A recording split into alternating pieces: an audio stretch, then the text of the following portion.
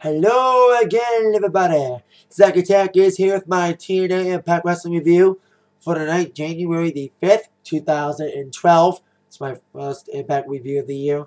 First Impact of the year, last one before Genesis pay-per-view on Sunday. Overall, nothing new from TNA. It's okay tonight, once again, TNA. Okay main event despite the no contest. We saw who was gonna be in the tag team title situation against Morgan and Crimson. We saw a possible new feud, and we saw a lot of other things heading towards Genesis. Some feuds were kind of built up. But TNA, like I said, hit or miss with them always. So we keep it going with our very first thing that happened, which was what we expect on TNA. Blah, blah, blah, blah, blah, blah, blah, blah, blah, blah, blah, blah, blah, blah. Sting came out talking about shit. Of course, he made the main event. That's when Hardy came out, talked about Bobby Roode, and then of course Bully Ray came out, Storm came out, Angle came out, Abyss came out. They all talked about the matches on Sunday. That's when, of course, the main event was made a 6-man tag. It was Abyss, Bully Ray, and Roode against Hardy. Abyss and Storm. Was Angle, Bully, and Roode, like I said, against Abyss, Hardy, and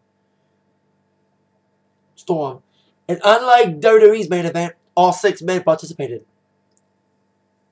Because WWE's main event on Raw had only 3-on-2. It was 3-on-3 totally for this matchup. Main event tonight, I'll get to all that in a moment.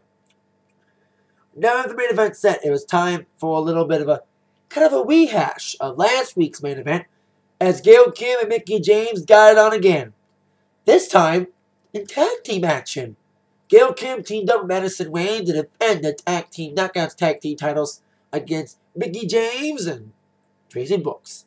At the same footage of all 4 fighting at the poolside, the match kicked off rowdy as Mickie James and Gail Kim tried to get something settled after their match last week on Impact. Like I said, very surprised by the main event last week. This match not as good as that, but still better than most 30 Divas matches. Okay action here and there. Tracy Brooks is not the best wrestler in the TNA Knockouts lineup. You know, she's okay. Mickie James is probably one of the best wrestlers in TNA besides Gail Kim. Those two, like, the best. Of course, we found out after what happened last week, Mickie James losing thanks to a little interference from Madison Rayne. Mickie would get another shot, her 3rd shot against Gail Kim. She lost the final destination, final resolution thanks to Madison. Lost last week thanks to Madison. Hopefully 3rd time will be the charm for Mickie to beat Gail Kim for the TNA Knockouts title this Sunday at Genesis. But Gail Kim walks into Genesis, still tag team champion, however. Ho and Madison successfully defended the titles. An okay, decent opener. Okay, Divas Knockouts action, better than Divas action, let me tell you that much. I always say that now. The Knockouts division is a tad bit better than WWE, but they ain't saying much, but still a bit of an improvement on female wrestling in TNA than in WWE. So we have still Knockouts tag champions Gail and Madison. We're headed towards our second match of the evening, which was Gunner taking on Rob Van Dam. Already last week, taking on Kurt Angle, lost by disqualification after Storm came in. He was taking on a guy who been attacking everybody as of late. Jesse Neal, Gary Bischoff, who returned tonight. He's a wrestler now, although we didn't see him. Probably see him next week, because Gary Bischoff. So got an RVD. Okay, the matchup between these two. RVD had a little bit of leverage here and there. He had a little aerial assault, and Gunner used his strength. I thought it was an okay matchup.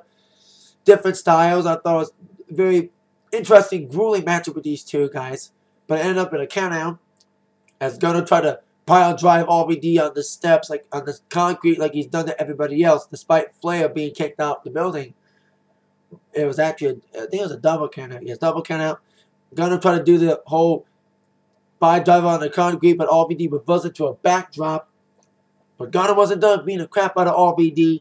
After the match is done, after RVD's attempt to take him out with the backdrop, RVD was trying to do his little leg scissors off the top rope onto the steel rail where Gunner's body was laying, but RVD missed it.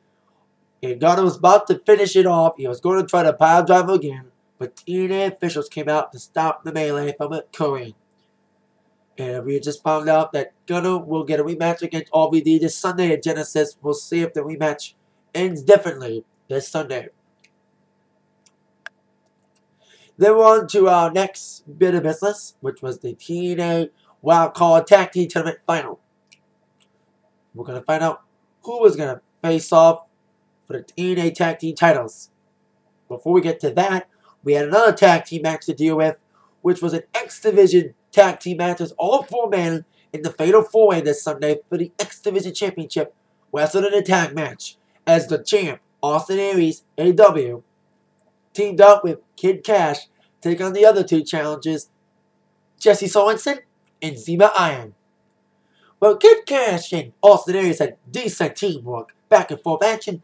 Zima and Jesse had a hard time getting along, with many blind tags here and there. And both of them didn't fight, but they'll probably save fighting each other Sunday. They kept blind tagging him and out, trying to say who can try to do a can you top this. Zima got in, and Jesse Sorensen got himself in by blind tagging. It was Sorensen who nailed the splash after Zima failed, because Jesse had things well in hand, so Zima blind tagged himself in, trying to take the victory after Jesse did all the hard work.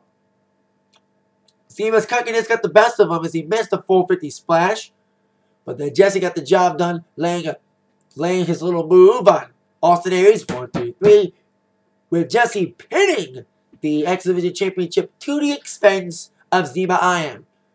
We'll see what kind of blood will boil this Sunday at the pay-per-view as these 4 face off for the X Division Championship. This Sunday it won't be about tag team. It'll be about every man for himself for the title. And Jesse, I like him. You know, Jesse Sorensen's done a lot better in the ring. I think he's a lot better these days. But I still think he needs like another month or 2 to get the title. You know, he's done very well with Austin Aries because I was at a TNA house show a few months ago. And if you didn't see my review is up of it for November 3rd at San Diego. Thought it was very good then, and I think he's got a little better now. Still got a little bit more work to do, but I think he's got a bright future. See what happens this Sunday. Down to the aforementioned Tag Team Wildcard Tournament. We had 8 teams, down to 2. Magnus and Samoa Joe took on AJ and Kaz in the finals. Who will be the ones to face off against Morgan and Crimson at the pay-per-view for the titles? Before the match, something sneaky happened. AJ was trying to get Kaz out of the back. Kaz came out, but Daniels was looking in the background. Apparently, Kaz talked to Daniels before the match. That little altercation would lead into the match itself. It seemed all goody-good for AJ and Kaz and Magnus and Joe. Very good tag match, actually. Both teams had very good ability, good tag team qualities, quick tags in and out. They worked as cohesive units. Both teams worked very hard, did some very technical double teams. AJ and Kaz used their speed and agility to try to wear out Joe and Magnus to their best abilities, while Magnus and Joe used their strengths, their bodies, their muscles, their brawn, if you know what I mean. AJ was kicking ass, and Kaz wanted the tag so bad, but then all of a sudden, here comes Daniels coming in, and then Kaz became hesitant. He later jumped out of the ring. Didn't tag in AJ, and AJ got destroyed by Magnus and Joe. With Kaz leaving high and dry, Magnus and Joe got the victory, and will make a match against Crimson and Morgan this Sunday in the pay-per-view. Now, it seemed like I was feeling about a heel turn. I was like, when I saw Christopher Daniels talking to Kaz in the back, I said to myself, I smell a heel turn. Well, it was more of a conservative heel turn. Like, Kaz jumped out because Daniels was there. He didn't do it like, he didn't say, fuck you, Agent. He didn't punch him. He just walked out on him. He didn't say, fuck you or anything. He looked like he was kind of forced into it. Maybe Daniels forced him into it. Maybe Kaz's contract is up. Maybe do a storyline with Christopher Daniels buying out Kaz's contract. He's Christopher's slave and must do what Daniels says. Kind of like what happened with Cena and Barrett, having Cena having to do what Barrett wants him to do. So we'll probably find out more about the development in the next couple weeks to come. If we don't solve the problem at Genesis, maybe we'll solve the whole Kaz AJ problem in the next couple weeks on Impact, probably starting next week. So there's more to tell about this AJ Kaz story. But while that gets settled, we got Magnus and Joe going for the titles against Joe. So the opponents, Crimson and Matt Morgan, they had a little backstage altercation in the back after the match. They almost came to blows, but officials came and broke it up again. A second fight, they broke up tonight. So, and then with that out of the way, on with our main event.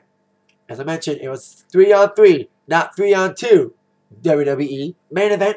It was James Storm, Jeff Hardy, Abyss, taking on Bully Ray, Bobby Roode, and Kurt Angle. As I expected, many people jumped out when their opponents from the pay-per-view came in. Like, for example, when Abyss was tagged in and Bully Ray was in, Bully Ray ran like a pansy and tagged in Bobby Roode. This 6-man tag match had some heat going into the pay-per-view. You know, every guy had a chance to fight the other, especially near the end of the match. Hardy got in like a house of fire, beating the crap out of everybody.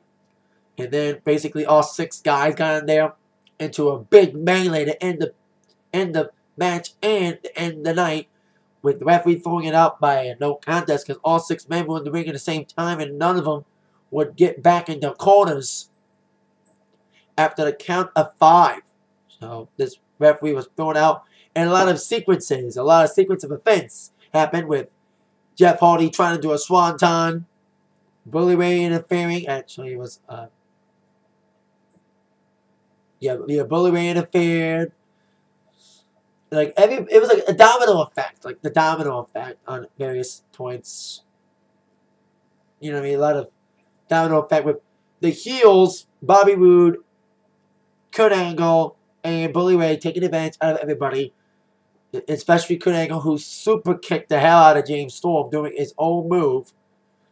And it ended with every good guy being in a submission hold or some sort of a chokehold by their Genesis opponent, with Bully Ray tying Abyss up with his chain on the ring rope, like choking him out, like a guillotine kind of. Then we had Bobby Roode with a crossface on Hardy, an ankle lock applied by Angle to James Storm. So the heels reigned supreme to end the night, sending their good guy Genesis opponents with a lot of pain and a lot of anguish to be settled this Sunday at the pay-per-view.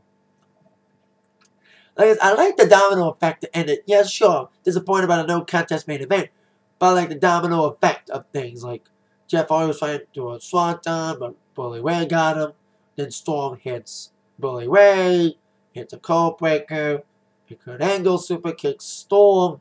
The bitch is gonna go for a shock treatment on Bully Ray. Then Bobby Roode came out, and of course, like I said, all 3 good guys were in chokeholds or in submission attempts by the bad guy opponents, like I mentioned. With ankle lock applied to Storm by Angle, crossface by Storm onto Hardy, and Bully Ray choking out Abyss with his chain on the rope. So, good way to end it. Good way to add some more angle to everybody heading towards Genesis, even though we all know it's going to be like every other TNA pay-per-view. Crappy. Ugh. I'm sorry. TNA puts on decent TV, but everyone knows TNA puts on some of the worst pay-per-views in wrestling mankind history, basically. Like when was the last time TNA put on a good pay-per-view? When Hogan didn't own the company? When Bischoff wasn't in it? You know what I mean? Like 2009? You mean, it's sad to know how TNA's gone down like this, but I still like them. You know what I mean? So, but like I said, first Impact of the year, heading towards Genesis. It was okay, but Impact tonight. Like I said, TNA is hit or miss. It's okay moments tonight. More action-packed, more violent than WWE. I like it. You know, TV14. You expect that. So there you go. That's my TNA Impact review for tonight. See y'all later with Dynamite Minute Act by the review from Zach. Thank you very much. Have a good day. Have a good night. See you later. Oh yeah.